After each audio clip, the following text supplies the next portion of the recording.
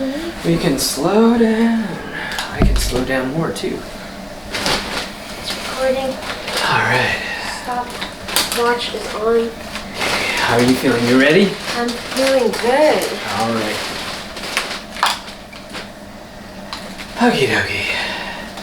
Hey everybody! Welcome back to the Honey and Absinthe After Hours podcast. We are your hosts. I am Vincent. I'm Janet, and this podcast is about all things art, business, and whatever we feel like. This podcast is about... Oh, wait. No. Let's start over. Okay, it's fine. Ready?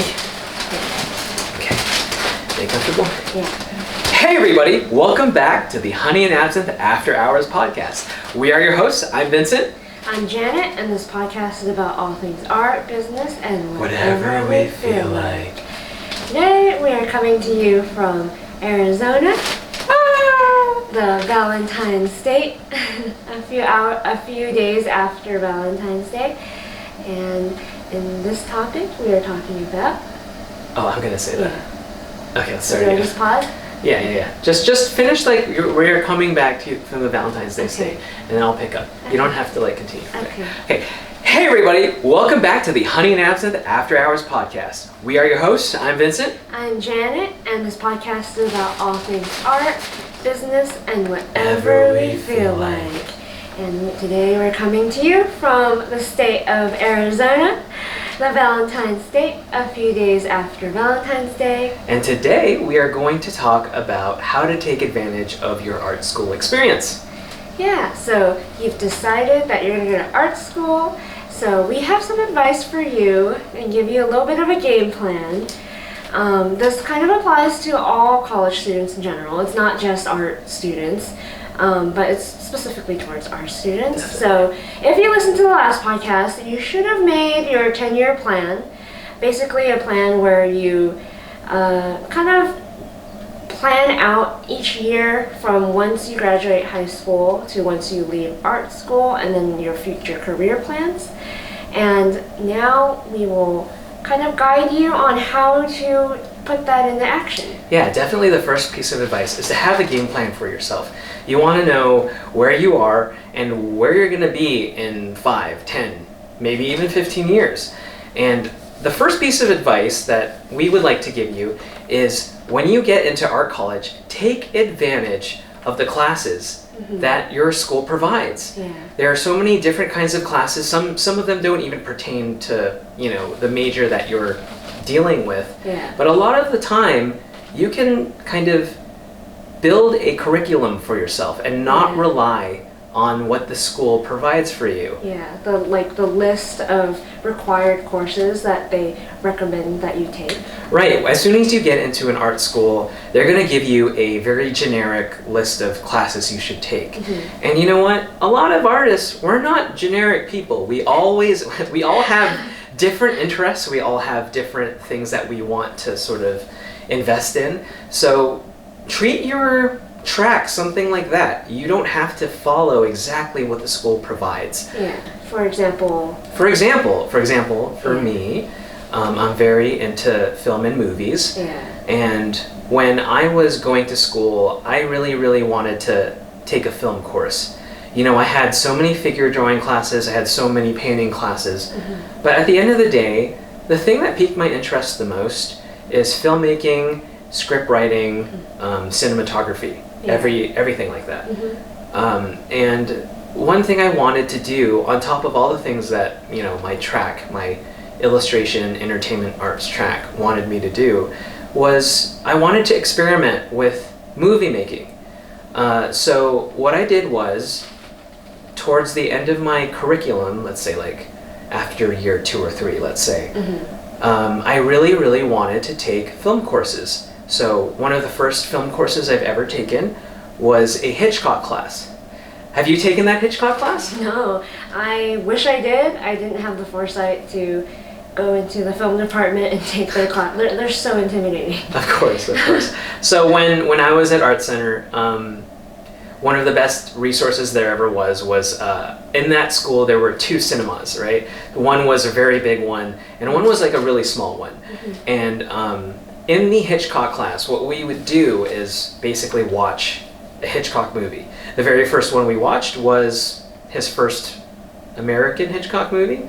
He made so many movies in England, but his very first movie, I believe, in America was Rebecca, a outstanding movie. If you haven't seen Rebecca, it is truly magnificent. The cinematography is gorgeous. The fashion is gorgeous. Laurence Olivier is very, very, very beautiful looking. You guys must see Rebecca. So the very first movie that we saw was Rebecca, and what we would do is we would gather in the smaller theater in our school, and we would watch the movie, and then we would have a really nice conversation about it, and when we would write papers about various subjects of cinematography and what we liked and disliked about the movie, that kind of stuff. And that really reinforced sort of a really good film knowledge, and it really gave me a good experience with dealing with different kinds of directors. And when you see movies like Rebecca or later Vertigo or later North by Northwest, you see there's a huge pattern in everything in all of cinema. So there's that. And the other thing that I did when I was at art college was take this fantastic course called Language of the Moving Image. And I know the name sounds really, really hoity-toity, but not gonna lie, it is. But at the end of the day, Language of the Moving Image was by far one of the most memorable classes I've ever taken at that school.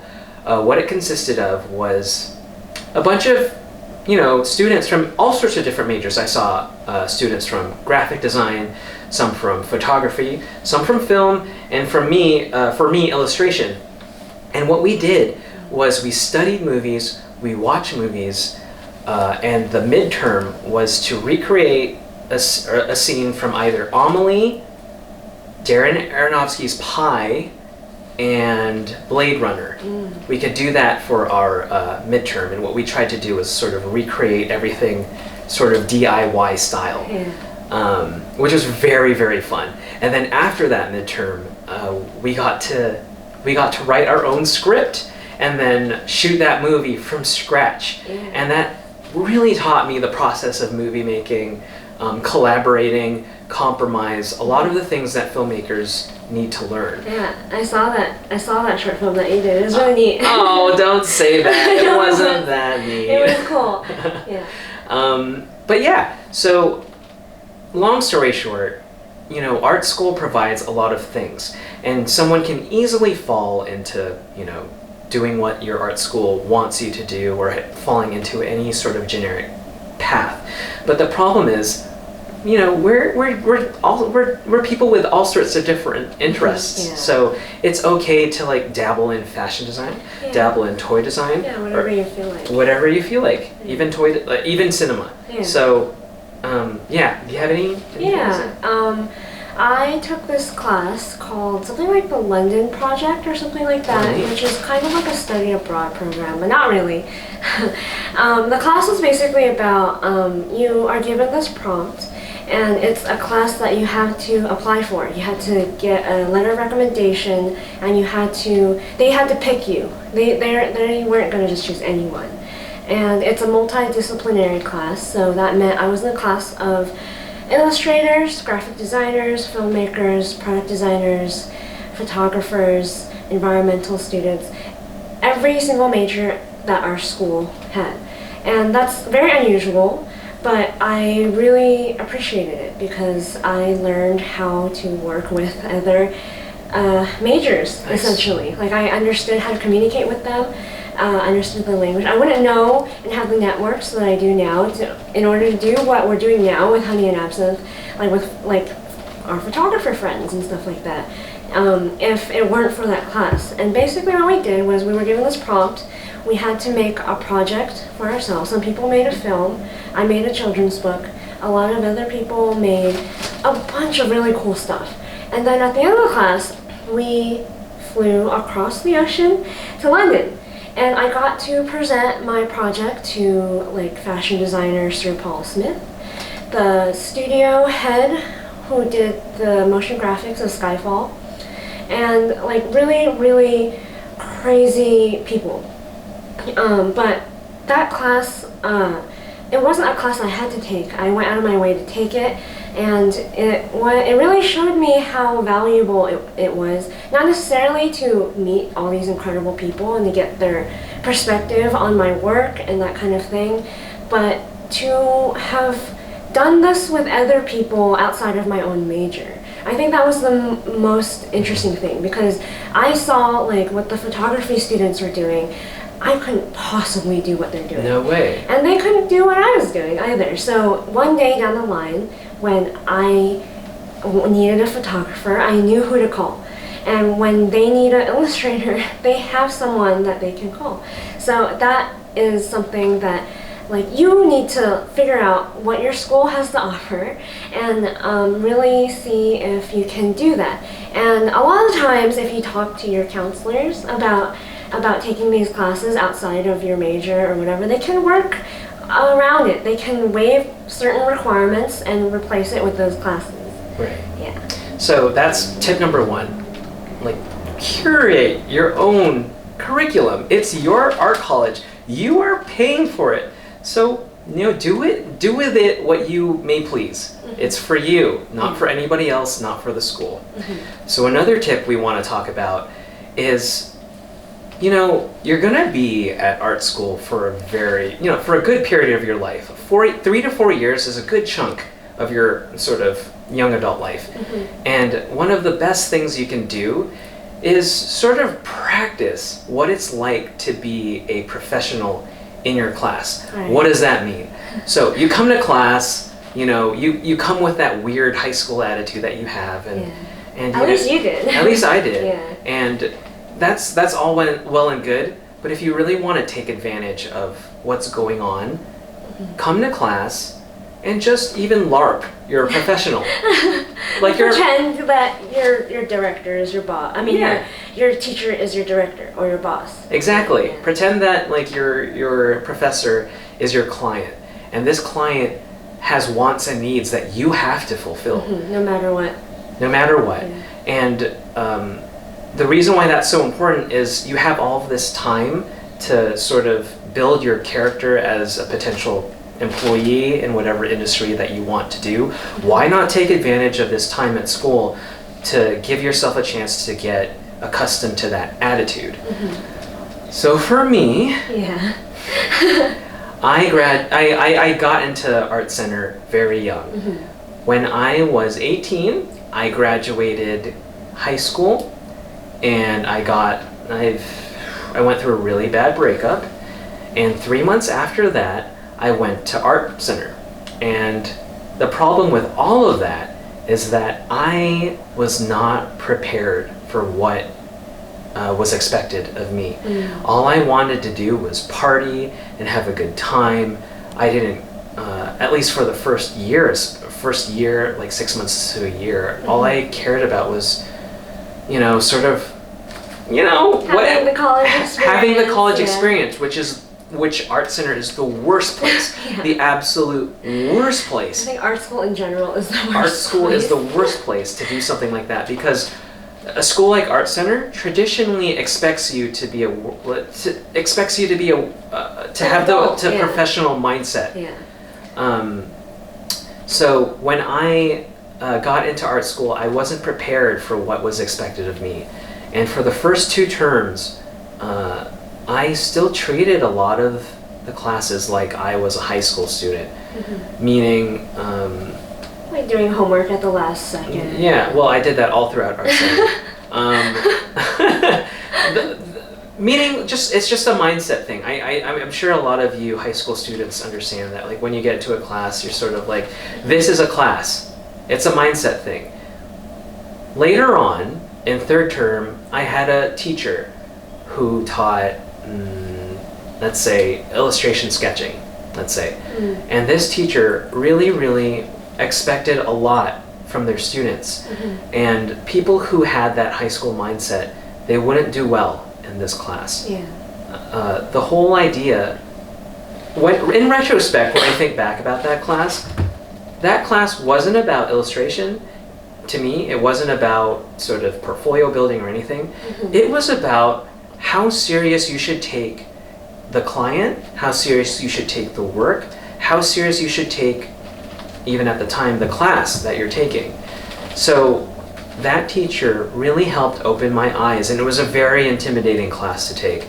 I remember when I got into that class, I got into the bench, and I was practically shaking because of all of the horror stories I heard about. Yeah, there are a lot of rumors floating around. There are a lot of rumors floating around about that class, especially as a young person, especially as somebody who wanted to just screw around the whole time. Taking that class was sort of a dreadful experience, but as I took it, I understood what the class was about, and the more I allowed it to change my character, the more I started to mature. The more all of that high school stuff sort of peeled away, the more I saw myself and began to believe that I could be a professional working in any industry. It could be comics, could be toy design, could be animation.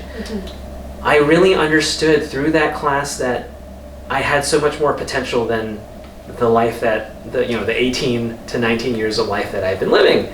So that was probably the most important class of my life, and after that class was over, I was a different person. After that class was over, I didn't have any of that weird high school aura. Yeah, I'm just like doing whatever you felt like instead of like treating your classes seriously, like a work environment. For me, I have a story about when later in my art school career, I took like a character design class, and this character design teacher, he required all his students to take reference photos of your character, either you or someone else in costume as close as you can get it, and to pose as close as you can so that you can draw your character as accurately as possible and not like break the form and stuff like that. And most people don't listen to him, honestly. I mean, it does take an extra amount of effort to sit there and photograph. And a lot of people, I think, thought they knew better. They felt like this is, at the time, like 2000s, whatever, and they felt like no one does this. No one in the working profession, like no character designer is gonna go and photograph someone, take reference photos. It's a technique that is of the illustration era. Yeah. I mean, illustrators still do that, but illustration, advertising, and movie posters, that kind of thing. Yeah, where it's important to get the pose exactly right because you're gonna be painting that for hours. But for animation specifically, I think a lot of students thought he was kind of bullshitting us, and they just wouldn't do it. And it wasn't like he was strict either, so a lot of people could get away with not listening to him. But he came into class one day and he came up to me and was like, "Did you take reference photos?" And I hadn't. And he was like, "You should take reference photos." So I just so happened to have my DSLR camera with me that day. And so I went to the school cafeteria. I kind of built up the courage and got over myself. And I went up to like any random good-looking man, boy, and was like, "Hey, I need to do a photo shoot real quick for reference." Oh, so brave. I know. Very awkward Janet went up to some boy and was like, "Hey, it's only gonna take 10 minutes. I need you to help me to do like a little photo shoot. I'm gonna dress you up in like the prop department stuff, like costuming and stuff. Is that okay?" And then the first person I asked was like, "Sure."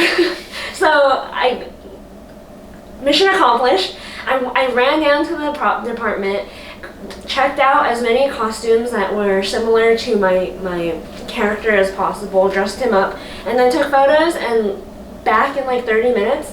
And the teacher came back around and was like, "When did you take these photos?" And I was like, "Just now. I went and asked someone to do it for me in the cafeteria." And he was like, "You're going to be very useful to someone one day." Just to give the audience an idea, what is the value of taking reference photos And not obviously, there's a lot of people who take reference photos and follow it too closely. Yeah. So what's the value of doing that? I think until you are a very, very, very good designer or illustrator, you don't really know how the human body works. Right. And even if you think you're good at posing, you should do your best to pose it without reference first, and then take photos, and then see draw over the photo, or do a study of it, and then you'll see where you went wrong, where the body doesn't twist that way, or the bones aren't actually there, or whatever. So if you take reference photos, you will have a more solid looking drawing. Even if, that's not to say you can't exaggerate. It's just you will have a greater understanding of how the body works. And ever since then, I've been doing warm-up figure drawing studies every single day. I don't miss a day. I know, you got so good just by doing Croquis Gallery every morning on Vimeo. Every morning. Even if I've already done that video before, I'll do it again. Right. And it's because you really need years and years and years of experience before you can kind of post something without a photo, and even then you should use a photo, especially if you're illustrating. Maybe if you're storyboarding or doing something that isn't so precious, you can get away with it because it's not like people are going to follow your drawing exactly, but when you have the final image to sell or on screen or whatever, it's really important that you do your research. Yeah, one thing I like to do is when I take reference photos, for example, Inktober 2019, we took a lot of reference photos. Yeah. It was something that we made a conscious effort doing because previous Inktobers we were sort of winging it as best as our knowledge can provide. Yeah, I think you can tell. Yeah, that's totally fine. Yeah. But when we took reference photos, what I like to do is take a reference photo, sort of give a few sketches to just get an idea of what the pose looks like. And my favorite thing to do is just capture the gesture. Capture gesture because at least your gesture is informed by something and not just your imagination. So, all of that is really, really important stuff. Yeah, and all that to say that I went above and beyond what my professor told me to. And that's what you have to do. No matter how much you think your professor is bullshitting you, or if they're just making you jump through hoops to jump through it, that's what working is going to be like. Until you can kind of set out on your own and build your own business or whatever it is, you will be an employee, whether you're freelancing or whether you're working in a corporate structure company. Will prepare. If you can do that, if you can jump through hoops and do everything exactly and as best as you can to what your professor wants you to, that's an important learning lesson. Yeah, honestly. It's very, very important. Yeah. So another thing that we want to share with you guys, another huge thing that I wish I knew when I was at art school, was start networking and find work or internships as soon as possible. That's really important to me because I wasn't very good at that at all.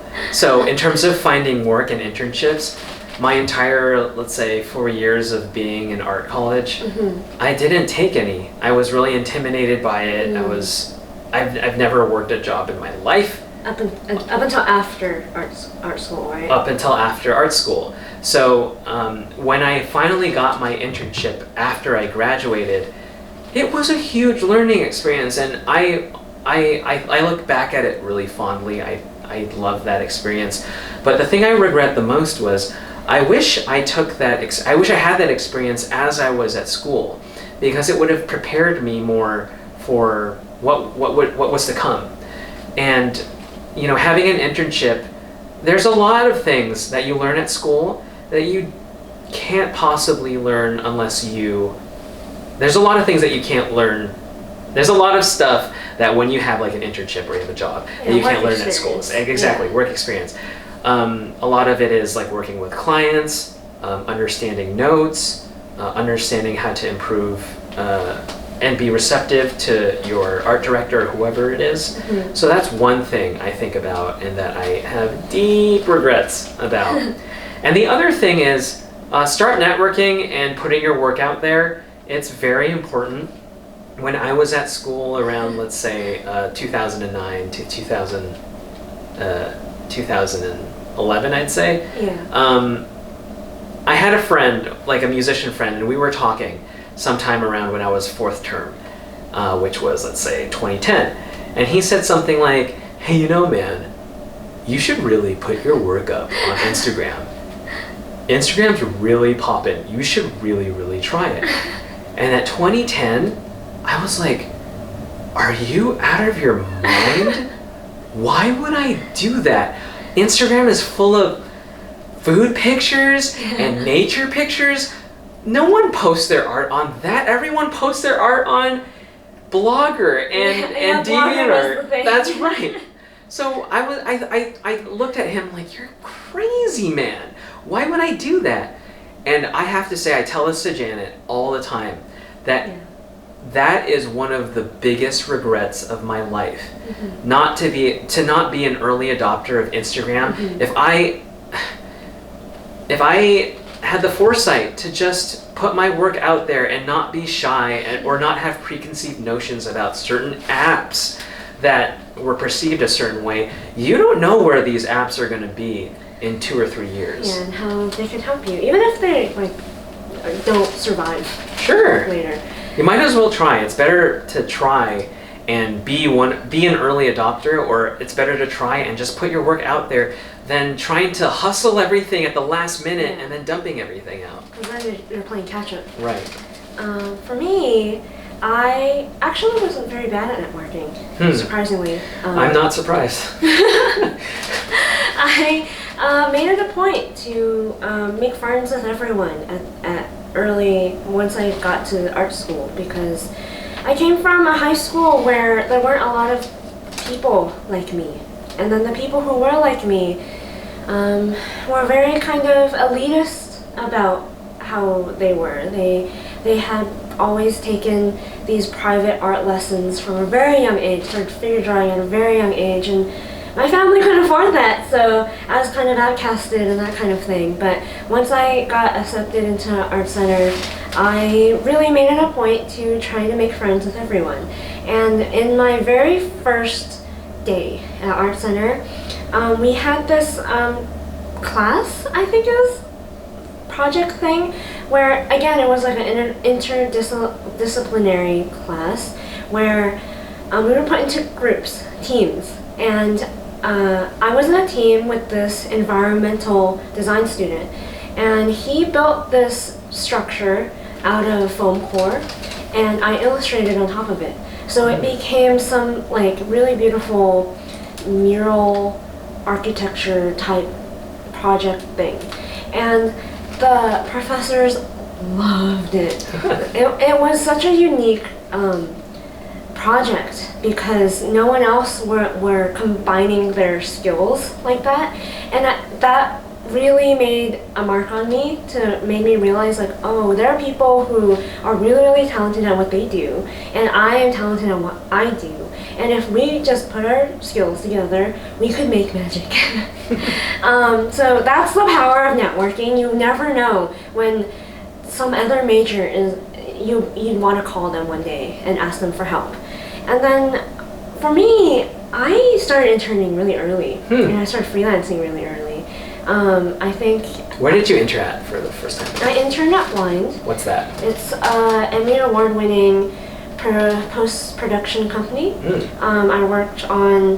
I freelanced on one of Coldplay's, one of the first ever choose your own ending kind of thing. It was one of the early adopters of that technology, and I had storyboarded that music video.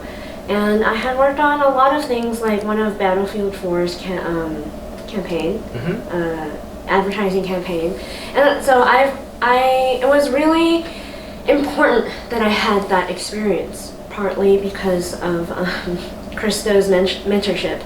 But when I was there, it was a paid mentorship, which meant that I highly recommend that you try your best to find a paid internship, because if they're going to pay you, they're going to work you.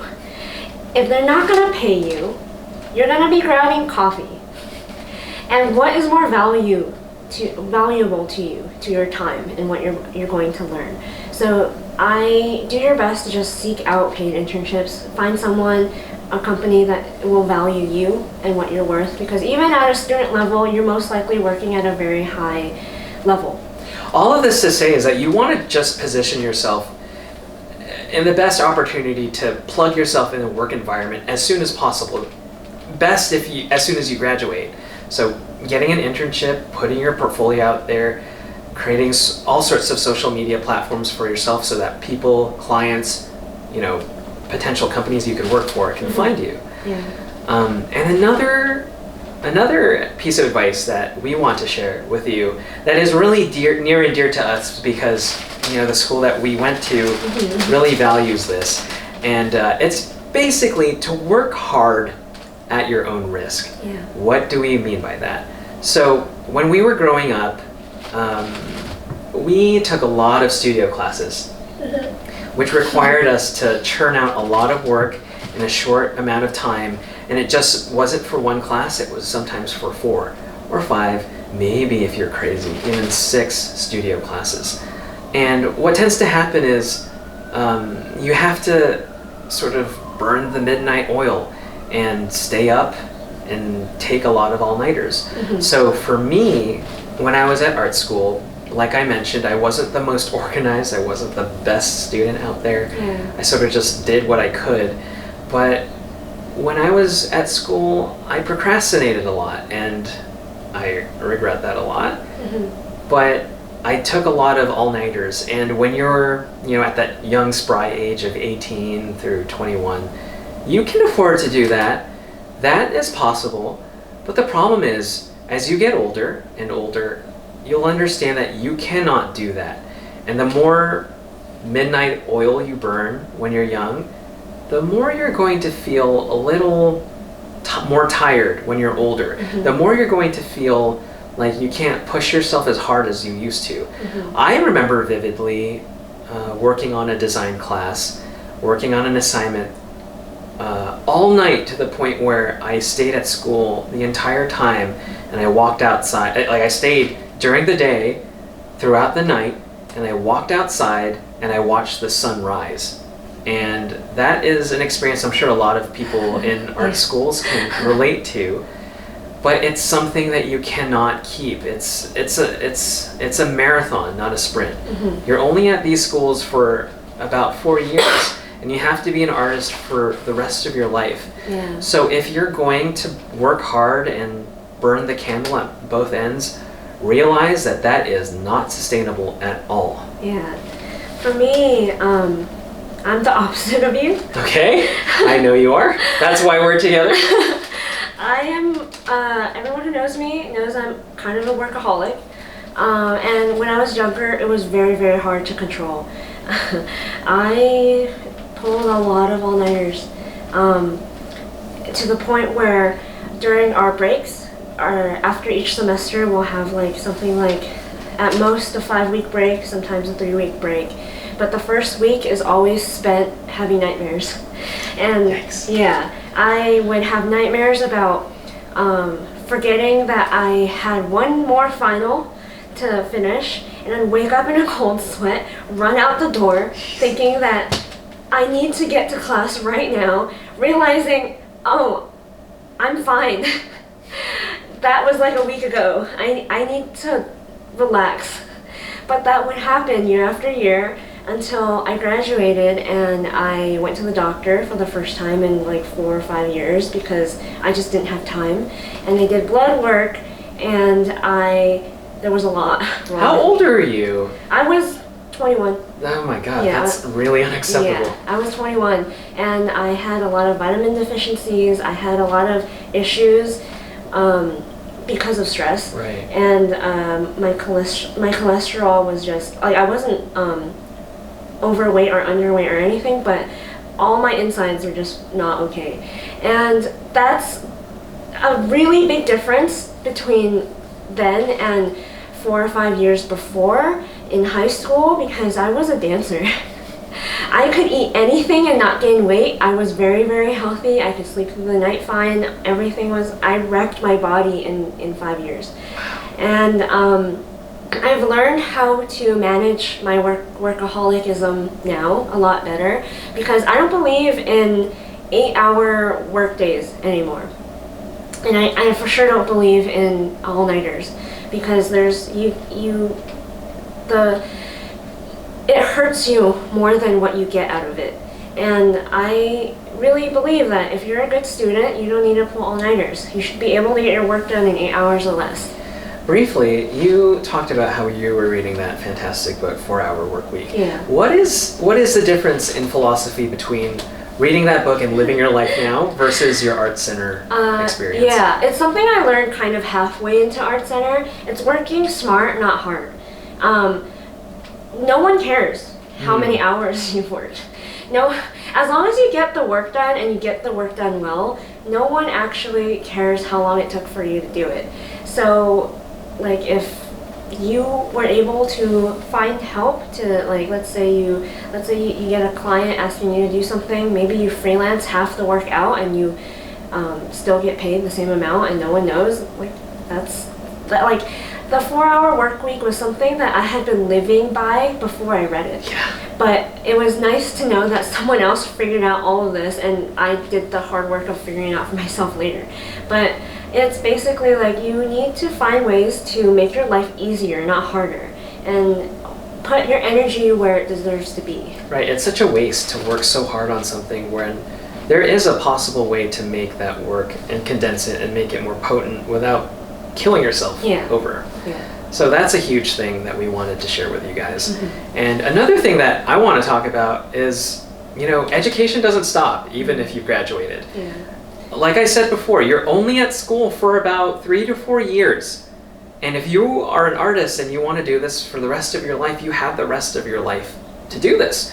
One of my favorite pieces of advice, a very wise artist told me once, that if you're going to be in a studio setting, it's your wrist that gets you hired, but it's your mind that keeps you in the studio. Yeah. So, it's okay that you do as much as you can at school, but it's okay that you feel like you might not have all the tools in your toolkit.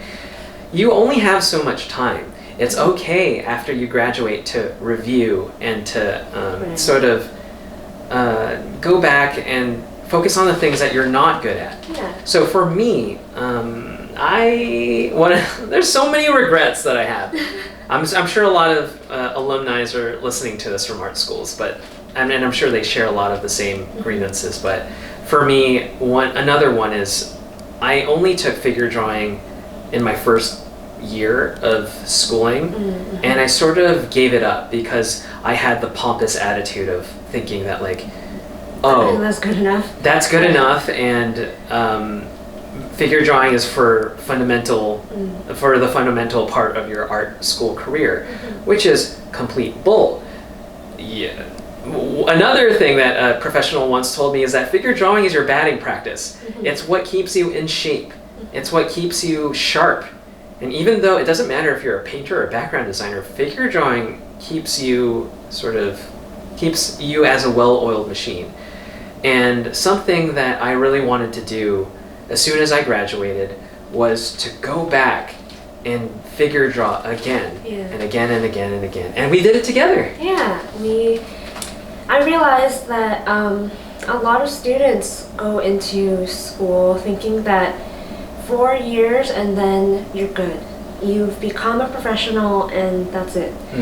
But like, you gotta keep learning. Like, being an artist is a lifelong thing. It's not just because you went to art school doesn't mean you're done learning after you graduate. So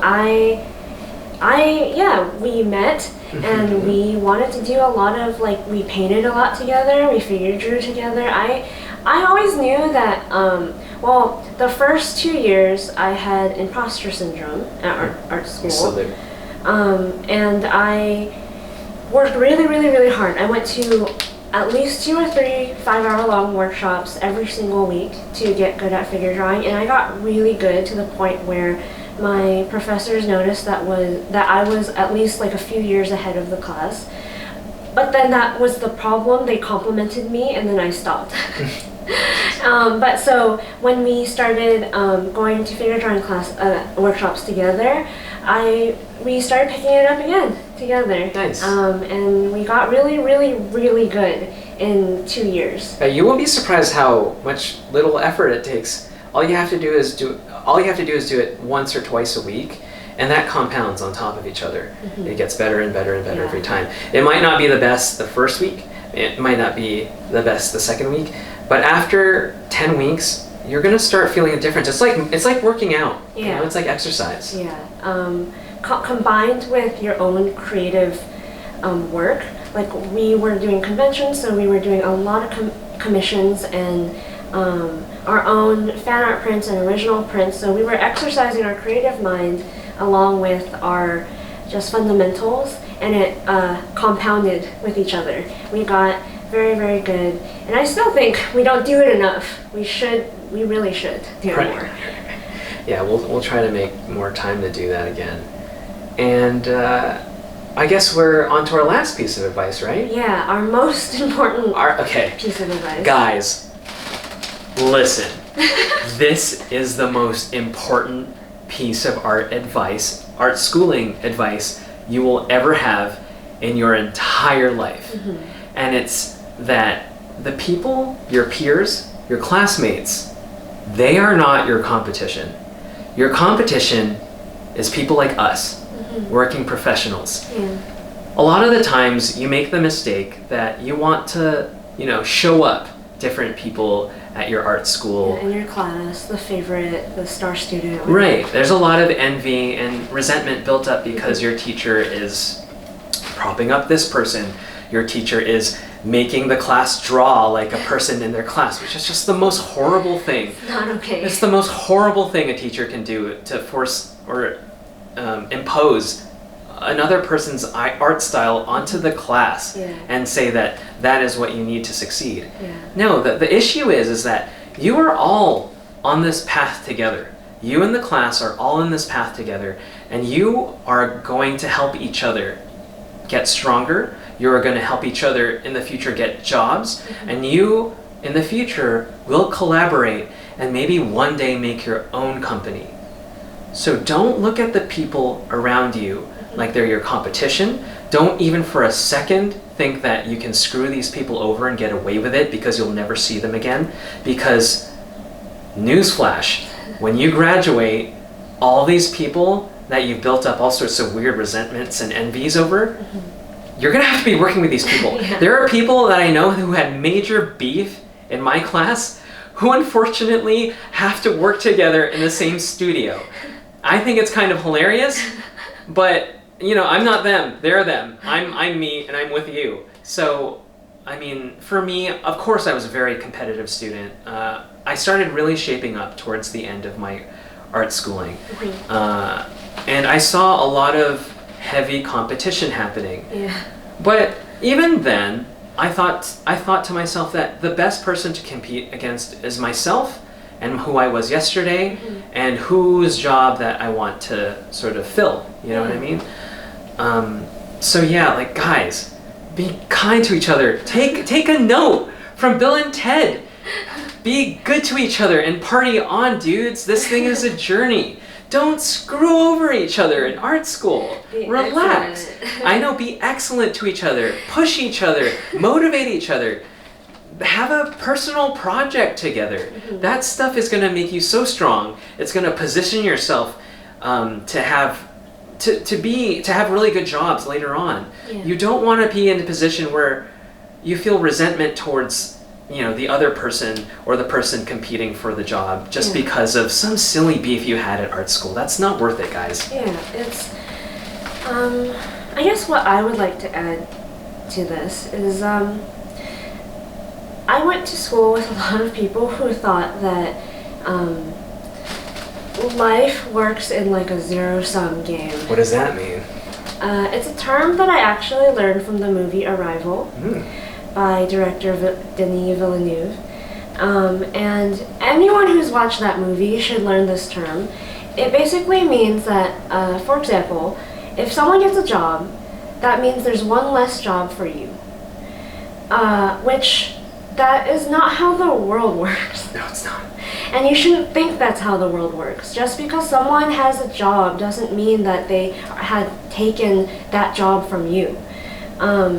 That's coming from a place of, I think, jealousy and envy. And you need to understand that like that person can't take all the jobs from you. There are maybe hundreds, thousands of jobs out there. You will find a place that is right for you. You'll be fine as long as you work hard and make the connections that you're meant to make and prove to someone that you're good enough for that job. And also, the reason why working professionals are your competitors and not your classmates, because your classmates are the ones that are going to help you get hired, they're going to be the ones that recommend you for a job, is because this is something one of my teachers told me, I think my second semester in school, that really stuck with me and changed my perspective forever. And I'm really grateful that he told me this, that like you need to take your work and you need to put it next to whoever you idolize, the person who has the job that you want. And if your work is not better, you're not going to get hired. It's as simple as that. Yeah, it's as simple as that. It's as black and white as that. Because if they already have so-and-so big name, celebrity artist, whatever, why would they hire you if you're not better than them? And so it's not that you want to take their jobs away from them or anything. It's just you need to be realistic about how good you need to be, at least at the bare minimum, and everything else will come. All the networking, all the other stuff, you'll learn how to do that eventually, hopefully. But please don't let your jealousy get in the way of that. Focus on yourself. Yeah. And that's all we have for now. That's the end of the podcast. Feel free to follow us on Instagram and TikTok at Honey and Absinthe, and see our merch at honeyandabsinthe.com. Yeah, and we're gonna have to edit this part. Baby, you're rushing so hard throughout this whole thing. No, I wasn't. That's as much as I had to say. Okay. No, I know. You'll see how much you've been rushing this whole time. I'm not rushing. Okay. Please stop. I'm not. Okay. So how do you want to end this? Let's start from that's it for this podcast. Yeah. So I'm going to say that's it for the podcast, and you take it. Yeah. So that's it for this podcast, everybody. This has been the Honey and Absinthe podcast. If you want to follow us at Honey and Absinthe on Instagram and TikTok. If you want to support us, go to honeyandabsinthe.com for our merch. And that's it, I think. Yeah, jingle our bells. Over there. Over there. We know you want to. All right, bye-bye, everybody. Bye. Until next time. Okay, that was pretty good. What do you think about that? I thought it was great. Okay. What did you think about it? That was okay. That was okay. You didn't love it? I didn't love it. I wanted to really slow down that time, but it's okay. I mean, 48 minutes is, I guess, enough.